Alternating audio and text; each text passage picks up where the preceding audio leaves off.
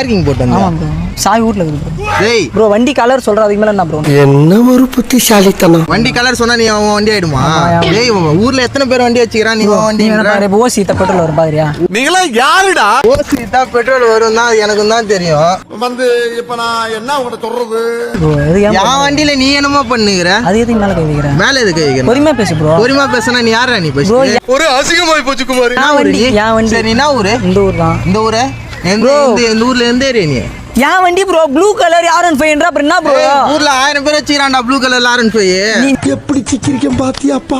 Bro என் வண்டி சாவி எடுத்து வச்சு நீ போட்டுக்கணும் என்ன ப்ரோ?